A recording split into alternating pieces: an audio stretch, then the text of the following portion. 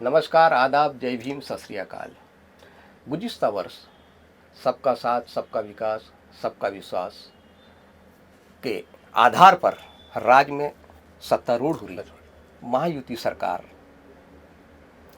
पर ऐसे कुछ आरोप लग रहे हैं कि सरकार विशेषकर अल्पसंख्यक समुदाय के साथ, अल्पसंख्यक समुदाय के बच्चों के साथ जो कि तालीम में आगे बढ़ रहे हैं और रोजगार के क्षेत्र में उन्हें न्याय नहीं दे पा रही है, ऐसे आरोप लगा रहे हैं यूनाइटेड माइनॉरिटी परिषद के मुख्य संयोजक डॉक्टर असलम बारी साहब।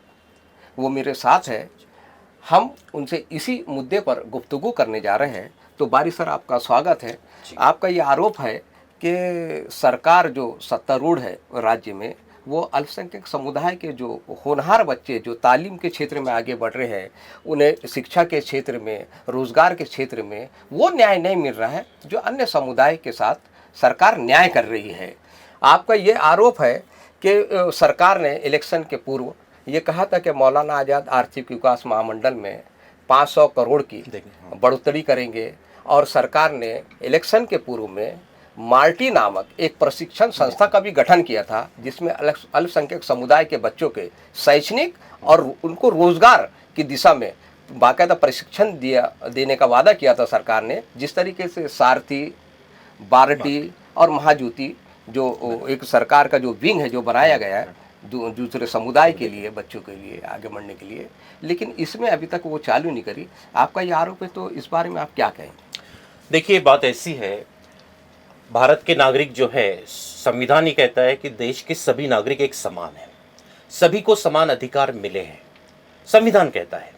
लेकिन हम जब प्रत्यक्ष ग्राउंड पे देखते हैं, जहाँ जहाँ भी जो जो सरकारें होती हैं, वो सरकारें सभी वर्गों को समान न्याय नहीं देती हैं। और ख़ास करके माइनॉरिटी की बात करें, अल्पसंख्यक समाज की बात करें, मुस्लिम समाज की बात करें, तो ये पक्षपात क्लियर कट दिखाई देता है। हम अपने महाराष्ट्र की बात करते हैं। महाराष्ट्र में विभिन्न समुदायों का शैक्षणिक विकास हो, इस के लिए उनको सम्मान मिले, इसके लिए सरकार ने अलग अलग प्रोविजंस किए हैं, व्यवस्था की है। कुछ वर्ग ऐसे हैं जिनको आरक्षण की सुविधाएं मिली है, उसी के साथ और भी अपलिफ्टिंग हो, इसके लिए अलग अलग संस्थाएं बनाई गई है और वो काम कर रही है। कोई प्रॉब्लम नहीं, कोई ऑब्जेक्शन नहीं, होना भी चाहिए। लेकिन जहां तक मुस्लिम समाज की बात है, तो मुस्लिम समाज को कोई भी सामाजिक आरक्षण नहीं मिलता है। मुस्लिम समाज शैक्षणिक रूप से पिछड़ा है, मुस्लिम समाज रोजगार में बहुत पीछे है, सरकारी नौकरियों में नाम मात्र है। ये मोदी साहब भी कहते हैं, ये योगी साहब भी कहते हैं, हमारे यहाँ पे गडकरी साहब भी कहते हैं, और फडणवीस साहब भी ये कहते हैं कि मुस्लिम समाज की हालत क्या है। ये भंगार वाला समाज है, ये पंचर वाला समाज है। अगर ये समाज इस प्रकार का हो गया है और दिख रहा है, ये सच्चर कमेटी ने भी कहा, ये रंगनाथ मिश्रा आयोग ने भी कहा, ये महाराष्ट्र के महमूद रहमान कमेटी ने भी कहा, ये जब क्लियर कट दिख रहा है, तो इस समाज के अपलिफ्टिंग की जवाबदारी सरकार की है। ये 100% सत्य है। लेकिन इतना होने के बाद भी इस पर नजरअंदाज किया जाता है, इसको देखा नहीं जाता है। अभी विधानसभा चुनाव से कुछ पहले जब सभी समाज के लिए अलग अलग चीजें होने लगी, ढेर सारी घोषणाएं होने लगी, हमने ये देखा था कि एससी समाज है, एसटी समाज है, ओबीसी संवर्ग होता था। अभी संवर्ग से आगे बढ़कर लोग जातियों के लिए काम कर रहे हैं। सरकार ने जातियों के, स्पेसिफिक जातियों के लिए महामंडल बनाए हैं। उसी प्रकार से इस प्रकार की संशोधन प्रशिक्षण संस्थाएं भी बनाई है। हमने भी कहा, कई लोगों ने सहयोग किया, उसके बाद अजीत दादा पवार के गुट ने सहकार्य किया और सरकार ने मिलकर विधानसभा से पूर्व घोषणा की। जबकि हम ये कह रहे थे कि मौलाना अबुल कलाम आज़ाद के नाम से रिसर्च संस्था बनाई जाए, या आप एपीजे अब्दुल कलाम के नाम से संस्था बनाइए, तो उन्होंने नहीं बनाया। उन्होंने सिर्फ minority research and training institute की घोषणा की और ये कहा कि औरंगाबाद में इसका कार्यालय होगा। उसके बाद इलेक्शन हो गए। इलेक्शन बीतने के बाद अभी 3 महीने के आसपास का पीरियड हो गया है, अभी तक सरकार ने इसके लिए कुछ भी काम आगे नहीं बढ़ाया। कोई भी सरकारी अधिकारी, कर्मचारी अपॉइंट नहीं हुए हैं, ये सिर्फ कागज पर है। चुनाव के बाद से 2 बार अधिवेशन हो गया, नागपुर में अधिवेशन हुआ, मुंबई में हुआ। सरकार ने सिर्फ मुहग्गम घोषणा की कि हम इसके लिए जो भी फंड लगेगा वो देंगे, लेकिन राशि बताई नहीं। अदर संस्थाओं में, चाहे बार्टी हो, उसके बाद सारथी हो, महाज्योति हो, और भी जो संस्थाएं बनी है, वहां पर आप हजारों करोड़ का फंड दे रहे हैं, क्योंकि योजनाएं हर साल होती है। यहां भी वही योजना चलानी चाहिए, लेकिन आपने कोई भी फंड बताया नहीं, अधिकारी दिए नहीं, यहां तक भी हालत है। लेकिन उसके आगे दुर्भाग्य आपको बताते हैं, दुर्भाग्य यह कि अभी संस्था कार्यान्वित भी नहीं हुई है। इसका परिणाम ऐसा हुआ है, जो प्रशासनिक अधिकारी है, जो महाज्योति में काम करते हैं, जो अमृत नाम की संस्था में काम करते हैं, अमृत संस्था ओपन समाज के लिए है, महाज्योति जो है ओबीसी समाज के लिए है। मुस्लिम का जो ओबीसी वर्ग है, जो महाज्योति में आता था, उसको महाज्योति की सुविधाओं का लाभ मिलता था। जो ओपन कैटेगरी का मुस्लिम है, वो अमृत योजना के अंतर्गत, अमृत संस्था की योजना में फायदा लेता था। अभी ये हमारा मार्टी चालू भी नहीं हुआ, लेकिन ये दोनों संस्थाओं से मुस्लिम संवर्ग के नाम काट दिए गए हैं। कोई गवर्नमेंट का लेटर नहीं है, लेकिन प्रशासनिक अधिकारी ये बोलता है तुमच्यासाठी तिकडे व्यवस्था झाली आहे, त्यामुळे तुम्हाला इथं फायदा भेटणार नाही। ये इस प्रकार का काम हो रहा है, इस पर कोई भी दखल नहीं ले रहा है, जबकि ताबड़तोब ये काम दखल सरकार ने लेनी चाहिए। जब तक आपका मार्टी उधर कार्यान्वित नहीं होता, तब तक ये दोनों जगह के मुस्लिम संवर्ग को फायदा मिलना चाहिए। दुर्भाग्य की ओर एक बात आपको बताते हैं कि सरकार जो है सबका साथ सबका विकास की बात करती है, लेकिन वास्तविकता क्या है? अभी हमारी महाराष्ट्र सरकार ने कामकाज सरकार का कैसा है ये देखने के लिए 100 दिन का आढ़ावा लिया सभी मंत्रालयों का। दुर्भाग्य ये है कि उसमें अल्पसंख्याक मंत्रालय का कोई भी भाग नहीं, कोई भी नाम नहीं। तो क्या अल्पसंख्याक जो महाराष्ट्र में इतनी बड़ी तादाद में रहता है, आपने उसको निगलेक्ट कर दिया है? छोटे छोटे डिपार्टमेंट का मूल्यमापन कर रहे हैं, और ये माइनॉरिटी जो समाज है, अल्पसंख्याक समाज है, जो महाराष्ट्र में इतनी बड़ी संख्या में रहता है, आपने उसके विभाग की चर्चा भी नहीं करी। ये एक बहुत बड़ा दुर्भाग्य है, क्योंकि आपको मालूम है कि यहां पर कुछ काम हो ही नहीं रहा। आपने पैसे ही नहीं दिए हैं, आपने कर्मचारी अपॉइंट नहीं करे हैं, आपने सिर्फ कागज पे दिखावा रखा है, और इसके लिए आपको खुद मालूम है कि यहाँ कुछ नहीं है करके आपने पहले 3 महीने के काम में 100 दिन के काम के अंतर्गत ये विभाग को लिया नहीं है। ये इस प्रकार की अवस्था है। अजीत दादा ने कहा था कि जो मौलाना आजाद का महामंडल है, वहां पर हम बिजनेस के लिए लोगों को कर्ज नहीं मिलता है, अदर महामंडल में जो सुविधाएं हैं उस प्रकार का यहां भी करेंगे, और 500 करोड़ हम देंगे कैपिटल के रूप में, और उससे कर्ज मिलेगा। लेकिन ऐसा कुछ भी नहीं हुआ है, वो पैसे भी नहीं मिले, और सिर्फ दिखावे के लिए अजीत दादा ने अपने बारामती में कुछ बिजनेसमैनों का एक मेड़ावा लिया, वहां कुछ पैसे बांटे, लेकिन पूरे महाराष्ट्र में बाकी जगह पर ये बिजनेस लोन बटा नहीं है। जब एक सामान्य आदमी मौलाना आजाद के कार्यालय में जाता है, तो वहां का कर्मचारी नमस्कार कहते हुए कहता है कि साहब कुछ भी काम नहीं है, जो कुछ भी प्रॉब्लम है वहीं के वहीं फाइलें पड़ी रहती है। और एक चीज आपसे कहूंगा कि इसका जो कार्यालय मुंबई में हेड ऑफिस, वहां पर फाइलों की लाइनें पड़ी है। वहां के कर्मचारी जो है वो अपने पगार के लिए लड़ रहे थे, अभी सरकार ने कुछ पैसा उनको रिलीज किया है। जो दिखता है कि आम्ही एवढे रुपए खर्च केले, वो पैसे जो खर्च होते हैं वो कर्मचारियों के पगार पे खर्च होते हैं, ये लोन वोन पे बढ़ते नहीं है। ये वहां की हालत है, इसलिए दुर्लक्षित है ये समाज, इसकी योजनाएं। तो हमारा कहना यह है कि संविधान के तहत जिस प्रकार से समानता की बात होती है, न्याय की बात होती है, आप अदर समाज के लिए काम करते हैं, हमें अतिरिक्त कुछ नहीं चाहिए। जो सबको मिल रहा है उसी प्रकार से मुस्लिम समाज को भी मिलना चाहिए। और क्योंकि अभी शैक्षणिक सत्र चालू हो गया है, बच्चों का नुकसान न हो, इसलिए सरकार इसकी गंभीरता से दखल ले और इस पर ताबड़तोड़ कार्य करे। यही हमारी डिमांड है सरकार से, और सरकार ने ध्यान देना चाहिए। अच्छा देखिए, जैसा आप कह रहे कि सरकार जो पक्षपात कर रही है अल्पसंख्यक समुदाय के साथ, तो अल्पसंख्यक समुदाय की प्रतिनिधित्व भी तो सरकार में है। जैसा अजीत दादा पवार जो है इन यहाँ पर भी चुन के आए कुछ नुमाइंदे, उधर से एकनाथ राव शिंदे जो है शिवसेना गढ़, उसमें भी यानी पूर्व जो काबीना मंत्री थे अब्दुल सत्तार वो चुन, तो और कांग्रेस के भी पक्ष में आए हैं तो तुम्हारा अल्पसंख्यक समुदाय के प्रतिनिधि। तो क्या इनसे आपने राब्ता कायम नहीं करा, इनसे संपर्क नहीं करा कि जो समस्याएं जो आ रही है इसके बारे में कुछ विधानसभा में आवाज उठाया जाए या कुछ अपनी बात रखा जाए? बहुत सही पूछा आपने।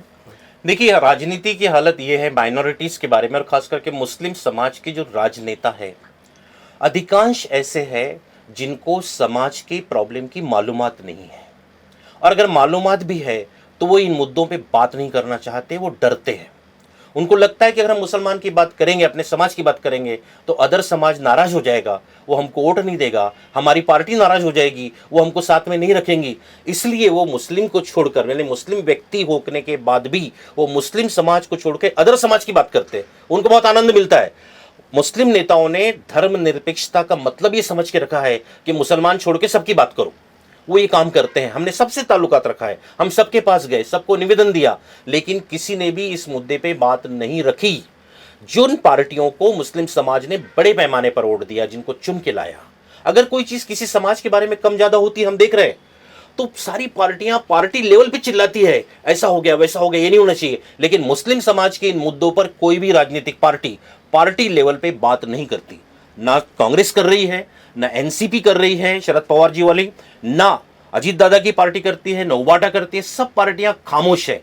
एक प्रकार से मुस्लिम समाज के सिर्फ इनको वोट चाहिए। इलेक्शन में मुस्लिम को आश्वासन दिया जाता है, हम आपके लिए ऐसा करेंगे वैसा करेंगे, लेकिन इलेक्शन के बाद में ये मुसलमानों का नाम भूल जाते हैं। न पार्टी लेवल पे आवाज उठाई जा रही है, न वैयक्तिक लेवल पे कोई नेता बात करता है। अदर समाज का नेता तो छोड़ दीजिए, लेकिन जो मुस्लिम नेता है वो भी ये बात नहीं करता है। बाकी मुद्दों पे हम देखते हैं तो अदर समाज के लोग अपने समाज के लिए लड़ते हैं, बात करते हैं। फंड अगर ट्रांसफर हो गया तो लोग मोर्चे निकालते हैं। लेकिन अगर मुस्लिम समाज का फंड कई बरसों से ट्रांसफर हो रहा है, कर्मचारी अपॉइंट नहीं हो रहे, योजनाएं कागजों पर पड़ी है, तो कोई भी पार्टी आप कैंडल लेके घूमोगे पिछले कई सालों से, किसी की भी सरकार हो, तो आपको दिखाई देगा कि किसी ने भी मुस्लिम समाज पर पक्षपात हुआ, अन्याय हुआ, इसके लिए कभी भी किसी पार्टी ने कोई काम नहीं किया है। इसीलिए मेरा अपना ये मानना है कि मुस्लिम समाज को अब अपनी आंखें खोलनी चाहिए और मुस्लिम समाज को ये समझना चाहिए कि जितनी भी राजनीतिक पार्टियां हैं वो सिर्फ आपको वापरती है, वो वापरने का काम करती है। हम कुछ नहीं चाहते, हम सामाजिक आर्थिक विकास चाहते हैं, और जैसे अदर समाज का होता है वैसे मुस्लिम समाज का होना चाहिए। तो इसके लिए ये पार्टियां ध्यान नहीं देती है, तो इसका इलाज मुस्लिम समाज को ढूंढना चाहिए। अपने समाज में जागरूक लोगों को आगे लाना चाहिए कि नेचुरली इन मुद्दों की बात करें, इन मुद्दों पर समाज को वोटिंग करना चाहिए। अब मुद्दे आपके डिसाइड होने चाहिए, सिर्फ भावनात्मक मुद्दों में जाकर काम नहीं होगा। आज तक हमने यही देखते आया है, किसी दरगाह वाले को पैसे दे दो, किसी के गले में हरा कपड़ा डाल दो, रमजान की ईद आई तो इफ्तार का अरेंज कर लो, ये दिखावा है। कब्रिस्तान की दीवार बना दो, लाइट लगा दो, दिखावा है। हमको अदर समाज के रूप में फंडामेंटल बात करनी पड़ेगी कि भैया मेरे समाज के शिक्षण की बात कर, मेरे समाज के सामाजिक विकास की बात कर, मेरे न्याय की बात कर। हर जगह पर मुझे न्याय मिलना चाहिए, मेरे बच्चों को अच्छी नौकरी मिलनी चाहिए, ट्रेनिंग मिलना चाहिए, जो अदर समाज को मिलता है, सभी समाज को मिले। लेकिन आज डेट में मुसलमान छोड़ के सब, ऐसा जो दौर चल रहा है, इससे बाहर निकलना पड़ेगा। और ये सबकी जरूरत है, सिर्फ मुस्लिम समाज ही नहीं, पूरे भारत के सभी वर्गों को ये सोचना पड़ेगा कि अगर अपने बॉडी का, अपने शरीर का कोई हिस्सा अगर खराब हो गया तो कुछ दिन में वो हिस्सा पूरे बॉडी को खराब कर लेता है। इसलिए समाज का अगर कोई भी वर्ग पिछड़ गया तो निश्चित रूप से समाज पर उसका इफेक्ट होगा, सभी समाज प्रभावित होगा। अगर सभी समाज सक्षम बनेंगे तो देश सक्षम बनेगा। उस दिशा में हम लोगों ने काम करना चाहिए। और राजनीतिक नेताओं के बारे में तो मुस्लिम समाज को अपनी भूमिका निश्चित रूप से अब सोचने का, समझने का वक्त आ गया है कि ये सिर्फ वापर करते हैं, छोड़ते हैं, आपके विकास के लिए कोई बात नहीं करता। क्लियर कट अन्याय दिख रहा है कि ये महामंडल बने हैं, वहां पे लोन बट नहीं रहा है। अदर महामंडलों में दूसरी योजनाएं चलती हैं, उसमें की एक प्रकार की योजना यहां क्यों नहीं आती है? जब आप अदर समाज की योजनाओं में रियायत देते हैं, सहूलत देते हैं, बिना गारंटी से आप लोन देते हैं, कई तादाद में लोन देते हैं, जबकि यहां पर वो महामंडल में कुछ भी नहीं हो रहा है, कोई देखता नहीं है, अधिकारी नहीं है। और सिर्फ महामंडल नहीं है, बाकी भी, चाहे हज हाउस हो, अभी आपने हज हाउस को देखा, वहाँ के डेवलपमेंट के लिए जायरीन लोग आते हैं, कोई वहाँ व्यवस्था नहीं होती है। क्योंकि हम जब उनसे अधिकारी से बात करते हैं तो अधिकारी और जो सरकार ने जिनको अपॉइंट किया है देखरेख के लिए, वो भी कहते हैं कि सर पैसा ही नहीं है तो हम क्या करेंगे। तो सरकार ने वहाँ पैसे देने चाहिए। जो धार्मिक प्लेस है, अभी हमारी सरकार बहुत से धार्मिक पर्यटन के नाम से कई करोड़ों का प्रोविजन कर रही है। हमारा आपके माध्यम से सवाल है कि धार्मिक पर्यटन अच्छी बात है, लेकिन ये देश भारत है, धर्मनिरपेक्ष है। यहां पर एक विशेष धर्म के अलावा बाकी भी धर्म है। अगर आप उधर 20-25 धार्मिक पर्यटनों का विकास करते हैं तो कोई क्रिश्चियन समाज, कोई जैन समाज, कोई मुस्लिम समाज, कोई बौद्ध समाज, इनके पर्यटन को भी आप पैसा क्यों नहीं देते? आप सिर्फ एक ही समाज के धर्म के लिए क्यों देते हो? सबको देना चाहिए, आपने सबका विकास करना चाहिए। तो इस प्रकार से वन साइड योजनाएं हो रही है, वन साइड निर्णय हो रहे हैं। इस सबको देखते हुए सरकार को पॉलिसी बदलनी चाहिए, समाज को पॉलिसी बदलनी चाहिए, सामाजिक संगठनों को भी अब सोचना पड़ेगा कि धार्मिक जज्बाती बातें नहीं होगी। हमारे को अगर आगे बढ़ना है, देश को मजबूत बनाना है, तो सबको मिलकर सामाजिक, आर्थिक, शैक्षणिक रूप में काम करना पड़ेगा और सबको न्याय ये जमीन पे दिखना चाहिए। हम देख रहे हैं माहौल बहुत खराब है देश का, अलग अलग कारणों से खराब है, लेकिन एक विशेष वर्ग के रूप में अगर कोई आदमी गलती करता है तो उसके घर पर बुलडोजर चले जाता है, उसको अलग अलग प्रकार की कलमें लगाकर जेल में डाल दिया जाता है, और दूसरे तरफ उसी प्रकार की या उससे भी खतरनाक चीजें जब दूसरे लोग करते हैं तो उनके बारे में सादी दखल भी नहीं ली जाती है। एक जमाना ऐसा था कि जब कोई संगठनाएं या कोई लोग या कोई विशेष वर्ग अपने भाषण देते थे, राजनीतिक हो, सामाजिक हो, धार्मिक हो, तो पुलिस वाली पूरी यंत्रणा वहां पहुंच जाती थी, वो आपके भाषण को टेप करती थी, खुद स्वयं घोषित रूप से करती थी, स्वयं करती थी वो पुढ़ाकार लेकर। लेकिन आज तो जहरीले भाषण देने के बाद भी, कंप्लेन करने के बाद भी उसकी दखल नहीं ली जाती है, लोगों को कोर्ट में जाना पड़ता है, और जब कोर्ट से ऑर्डर आता है तब उसकी नोंद की जाती है। तो आप समझ लीजिए कि देश में क्या हो रहा है। ये गलत है। ये निश्चित रूप से सबको न्याय मिलना चाहिए, जो शासन प्रशासन बैठा है, जो अधिकारी बैठे हैं, जो देश चला रहे हैं, चाहे वो राज्य हो या और भी कोई प्रशासन हो, सबको अपने नागरिकों को समानता के साथ में न्याय देना चाहिए, तभी अपना भारत देश मजबूत होगा, ऐसा मुझे लगता है।